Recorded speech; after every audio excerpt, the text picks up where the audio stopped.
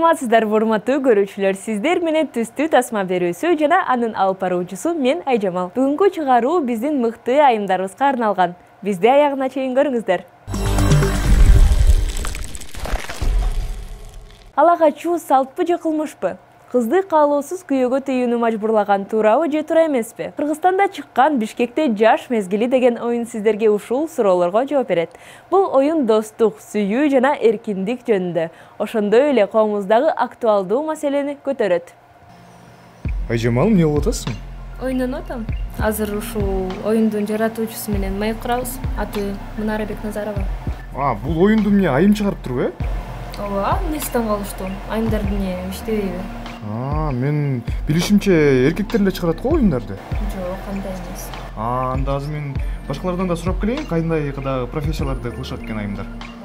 Саламатсыздарбы, атым Кайров Адилет, бул ТВ1 KG телеканалы. Азыркы учурда аялдар эркектердин да жумуштарын аткарып калды. Ошол боюнча биз шаар тургундарынын ойлорун билели деп чечтик. Мисалы, азыркы учурда аял заты машина айдайт, спорт менен машыгат, парламентарийге барат, бийликке барат. Ошол темага биздин шаар тургундары кандай көз карашта экенин билели деп чечтик.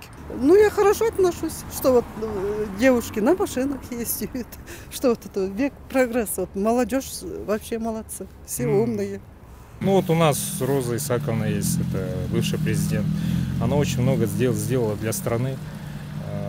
Мирный переход к власти осуществила. Тоже хорошее дело. Это сделала женщина. У нас в истории была Хурманджан Датха. Она тоже для Киргизии очень много сделала, для тех времен. Позитивно, пускай что хотят, то и делают, кто им запрещает. Они же тоже люди. Я считаю, что женщина может все. Это не значит, что если ты девушка, то ты должна тупо сидеть дома. Это цензура.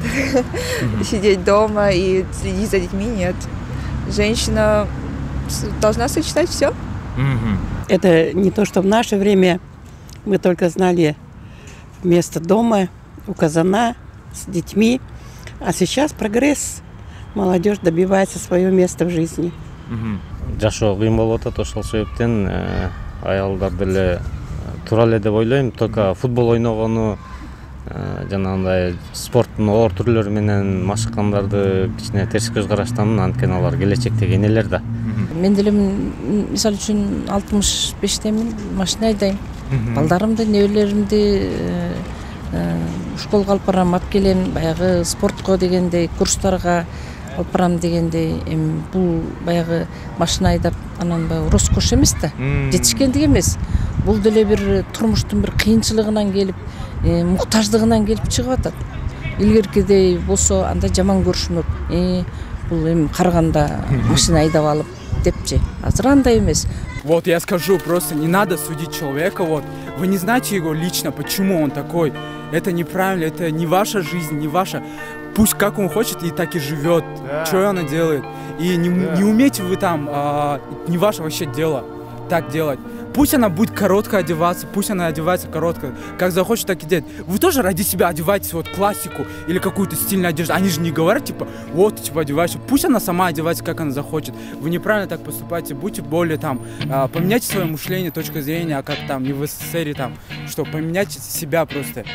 Мы сейчас 21 век, и да, мы все хорошо понимаем.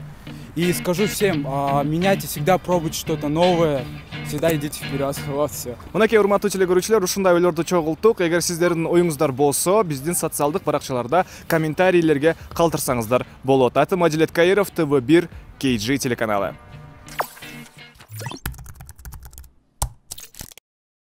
Барыңыздарга салам. Бүгүн биз менен Бишкекте жаш мезгили оюнунун жаратуучусу Мунара Бекназарова. Саламатсызбы, Мунара? Всем добрый день. Оюнуңуз жөнүндө кыскача маалымат айтып бересизби? Бишкекте жаз мезгили оюну эки кыздын достугу жөнүндө. Башкы каарман оюнчу болот. Анын курбусун ала качып келишет. Ушундай кырдаалда ал курбусун куткарганга аракет кылат. Оюнда сүйүү, достук темалары көтөрүлөт. Ошол эле учурда адамдын укуктары жөнүндө маалымат берилет.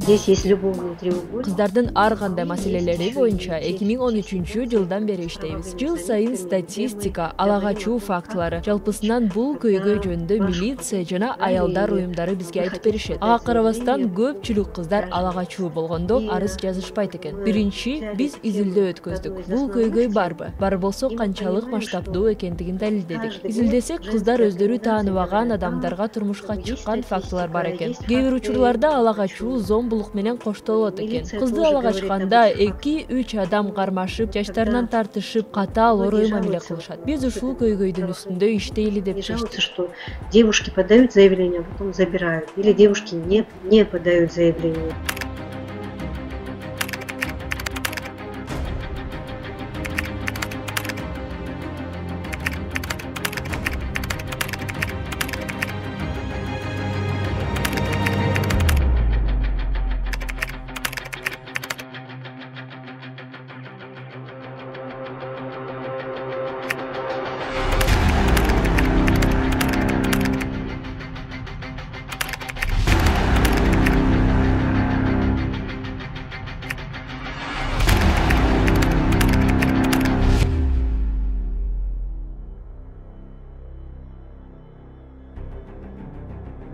Гендерные стереотипы в нашей стране. Сиздин оюнуңузду гендердик стереотиптердин өзгөрүүсүнө жана ошондой эле адамдардын ой жүгүрүүсүнө таасир эткен, кыздарга жардам бере ала турган платформа катары дагы кабыл алса болот экен. Сиздер оюн, квест, социалдык видеороликтерди жаратыптырсыз. Бул абдан пайдалуу, агартуучу жана сонун нерселер. Ошол эле учурда бул оор жумуш. Ал эми Бишкекте жаз мезгили оюнунун жаратылышында сизге ким жардам берди? Игра «Ласточки. Весна в Бишкеке» был объявлен конкурс на хакатон, который проходил в Праге. Прагада хакатон үчүн конкурс өткөн. Биз ал хакатондо оюндун идеясы менен бөлүштүк жана ошентип утуп кеттик. Про игру, про лагачу, да? Я думала, что это будет квест такой, да? И вот когда я подала эту идею, я прошла туда. А когда мы туда приезжаем, нам на этом хакатоне подбирают нам команду одного программиста. Ал жерден бизге бир программист жана бир дизайнерди кошуп беришти. Ошентип биздин иш тобубуз түзүлдү. Кыргызстанга сценарист жана демификация боюнча специалист келишти. Специалист по сценариям и специалист по геймификации и продвижению. Вот, два специалиста приезжали в разное время. Мы делали тестирование в университетах с девушками. Алар менен чогуу биз сурамжылоо өткөздүк. Кыздар менен жолугушуп, алардын кызыкчылыктарын изилдедик. Аларга кандай китептер, кандай окуялар, кандай каармандар, кандай диалогдор жагат экенин далилдедик. Оюндун 2 бөлүгү чыкканда ошол кыздарга сунуштадык.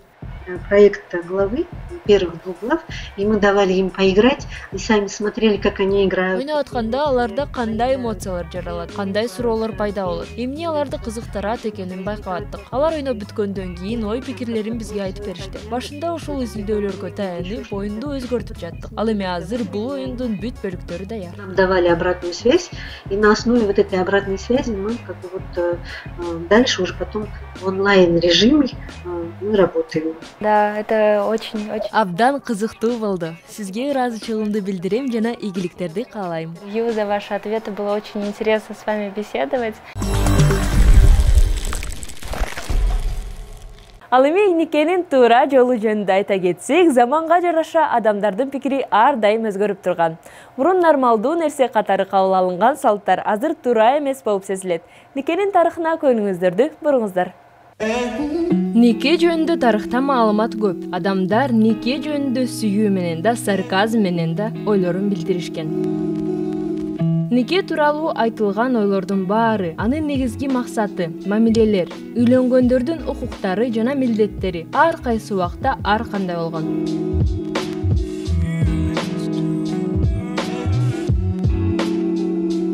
Социалдык класс жана маданияттан да көз каранды болгон. Ал эми азыр никенин эволюциясына көңүл буралы. Партнерду издеп табуу максаты адамзаты жаралгандан бери бар. Отурукташкан дыйкан калкында 10 000 жыл мурун нике түзүлүп, адамга жер жана мүлк укуктарын берген. Балдар мыйзамдуу мураскор болуп калышкан. Нике бир үй бүлөнүн жеке иши болбостон официалдуу катталып, дин жана мамлекет менен көзөмөлдөнүп калган.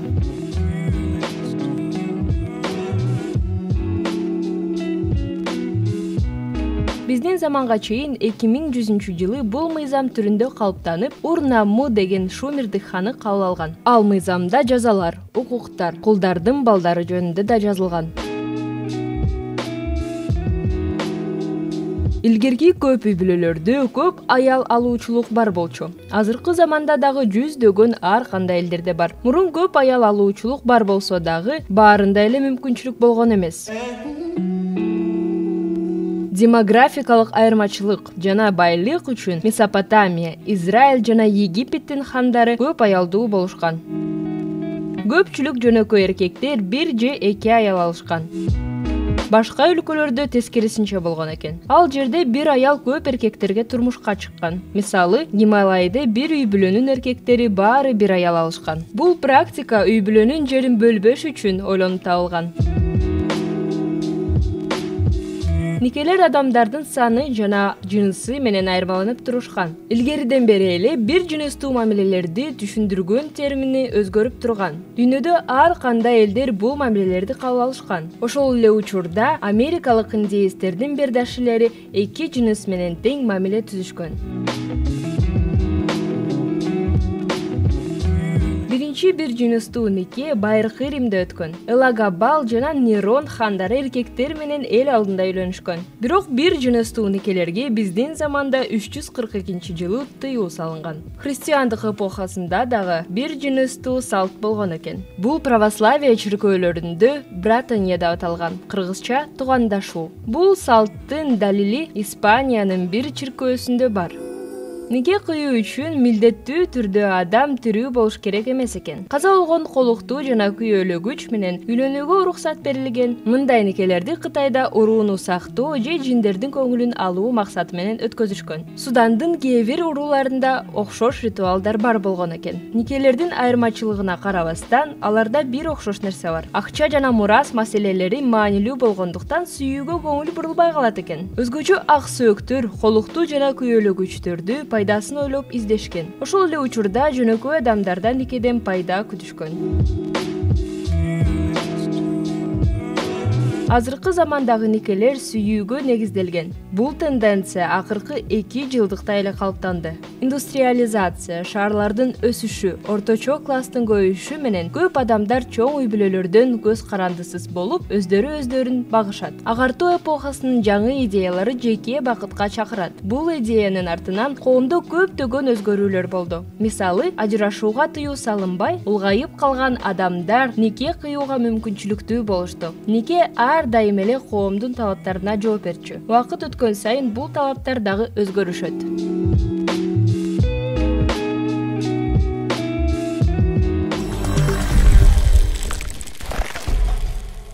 Тилекке каршы азыркы учурда дагы тең эмес никелердин маселеси чечиле элек. Биздин өлкөдө да бул көйгөй кездешип турат. Бул тууралуу кызыктуу кыска метраждуу тасма тартылган.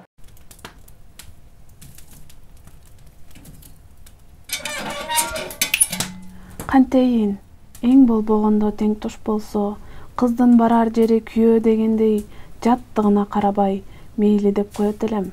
Бирок ал маркум атаманда карган киши экен. Ага канткенде барам. Кантип аны өмүрлүк жолдош кылам. Андан канткенде кутулам.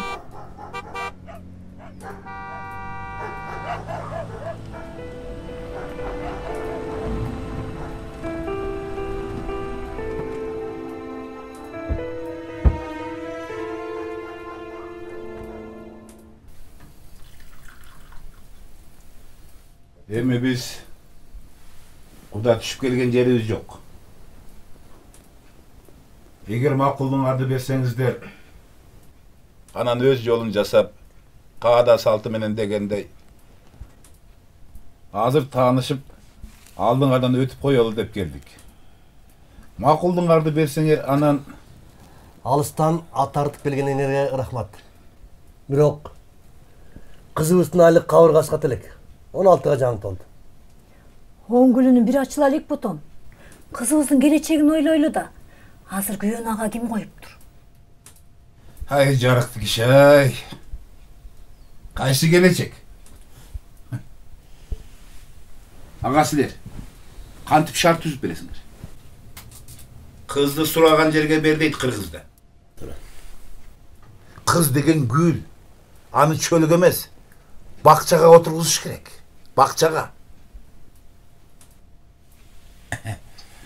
Эми менин жашым бир топко барып калганы менен кызыңарды алаканыма салып багып алам.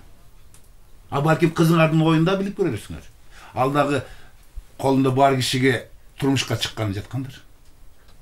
Өзү макулдугун берген күндө да 16 жашында кантип турмушка чыгат? Анын үстүндө бир да заксы каттабайт. Эми закысы болбосо имам деген бар. Секелек кызга молдо деле никеси кыйбаса керек. Анын үстүнөн аристен эмнени түшүнмөгөн. Азыр эми дароо эле бирдемени айта албайсың. Туура түшүнгүлө. Кызыбыз менен кеңешели. Чечимди өзү кабыл алсын. Эми жообуңарды көпкө созбогула. Биздин уулга көзү түшкөндөр жок эмес, четинен таап алабыз.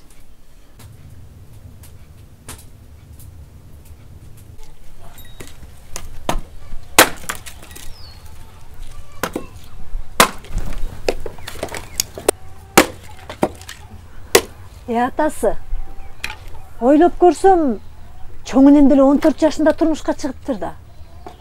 9 баланы төрөптүр, жакшынакай тарбия бериптир.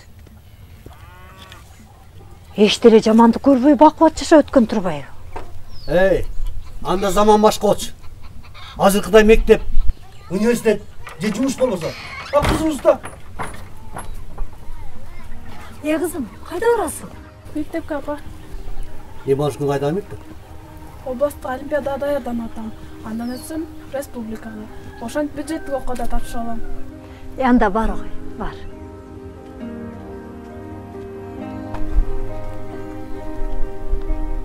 Көрдүңбү? Кызыбыз кандай эсте чоңоюп келе жатат. Кандай дейсиң? Айтып көрөлү. Сөз кылыштын кереги жок. Жашоосун өзү тандасын. Учур келгенде турмушка чыгабы, иштей өзү билет. Аралашпайлы. Акыл токтогондо өзү таразалап туура чечим кабыл алар.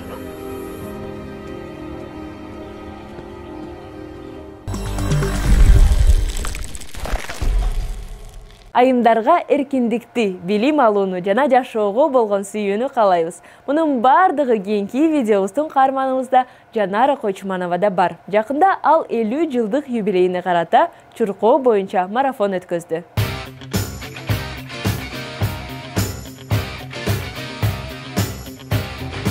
Бүгүн бул жерде 1 ноябрда Жанара Койчуманова 50 жашына карата ультрамарафонду өткөзүп жатат. Каалагандын баары катыша алат.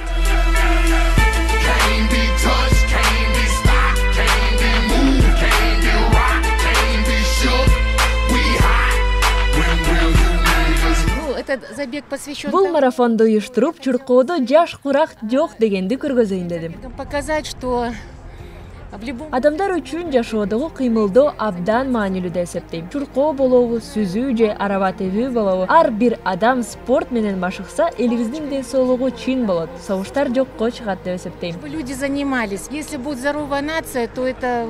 Быйыл мен 50 жашка чыктым. Бүгүн ушул жерде марафон өткөзүп, досторум жана кесиптештерим менен туулган күнүмдү өткөзүп жатам. Азыр 30 чакырымды чуркадык, дагы 20 чакырым калды. 50-чү туулган күнүмө карата бүгүн 50 чакырым чуркайын деп чечтим. 20 километров.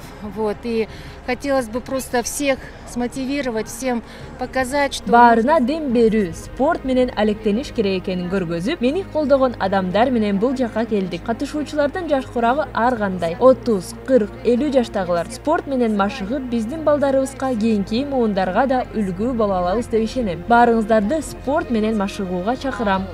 Просто спортом пусть каждый занимается для себя. Ведь этим мы тоже, мне кажется, показываем своим детям пример.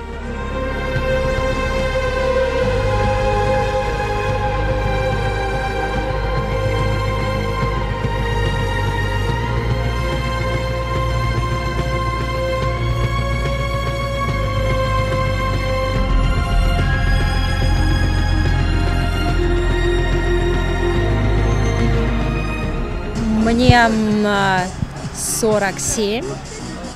Мен 47 жаштамын. Жана арада эле өзүмдүн 50 жаштык юбилейимди ушундай өткөзөм деген ой пландарым да бар. Мен 5 жылдан бери чуркап жүрөм. Андан тышкары триатлон менен алектенем. Азыр ден соолуктуу, сулуу жана ийгиликтүү болуу модал эмеспи? Ошондуктан баарыңыздарды спорт менен машыгууга чакырам. Поэтому я призываю всех заниматься ЗОЖ. Я бегаю. Мен 1982 жылынан бери чуркап келем. Бул жака бүгүн жалгыз келдим. Бирок үй бүлөбүздө кызым дагы спорт менен машыгат. Эч кимди мажбурлай албайсың. Мени көрүп, мүмкүн балдарым дагы спорт менен машыгып, өзүнүн ден соолугун чындагылары келет. Ушундай болсо деп үмүттөнөм. Возможно, вот они смотрят на меня, и тоже у них как-то вот тоже им хочется тоже так вот заниматься физкультурой и спортом, поддержать себя в тонусе. По крайней мере, я хочу верить в это.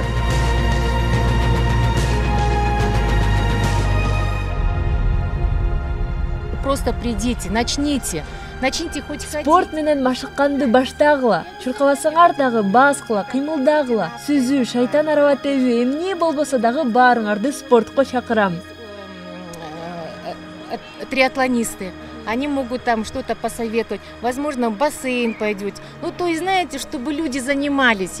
Я просто призываю всех заниматься спортом, чтобы...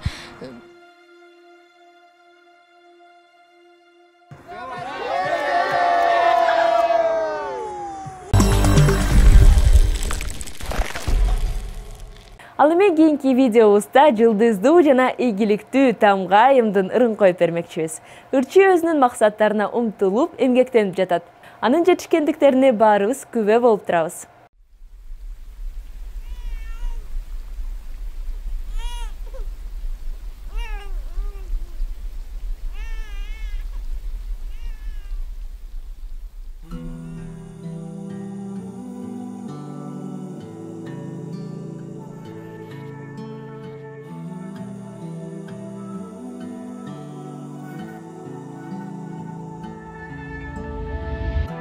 Көкірегі көк асманға тартып қырғыз ұлы тынбайд. Көкөлөгөн көр заманда ысык суу сынга сынбай. Көпөлөктөй бір күн дүйнө жыргалына жанды кыйбай. Көлөкөсү калың журтка көмүскөдө кызыл тудай. Түндөгүн аталбакан, таштар жыйра шараккан, таштар бүркөп булут калкан басса да дагы. Айкөл жүрөк берген о жараткан. Сурпактарым, намыс ыргактары, жүрөгүмдү болкуп, чулкуп турган малы. Ыйманыңа кыйбат кылгандар көп кыйнап, унутпаган кыргыз улуу, ыйман арты таң атары.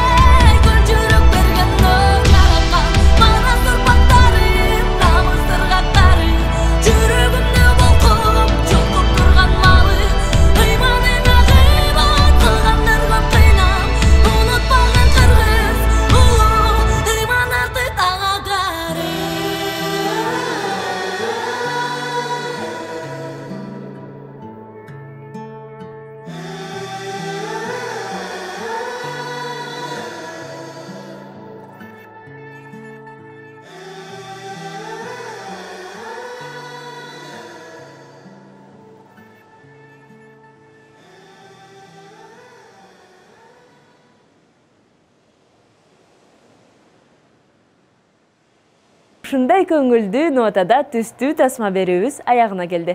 Барыңыздарга бакыт жана таалай чын ден соолук каалайбыз. Сиздер менен мен Айжамал болдум. Көрүшкөнчө.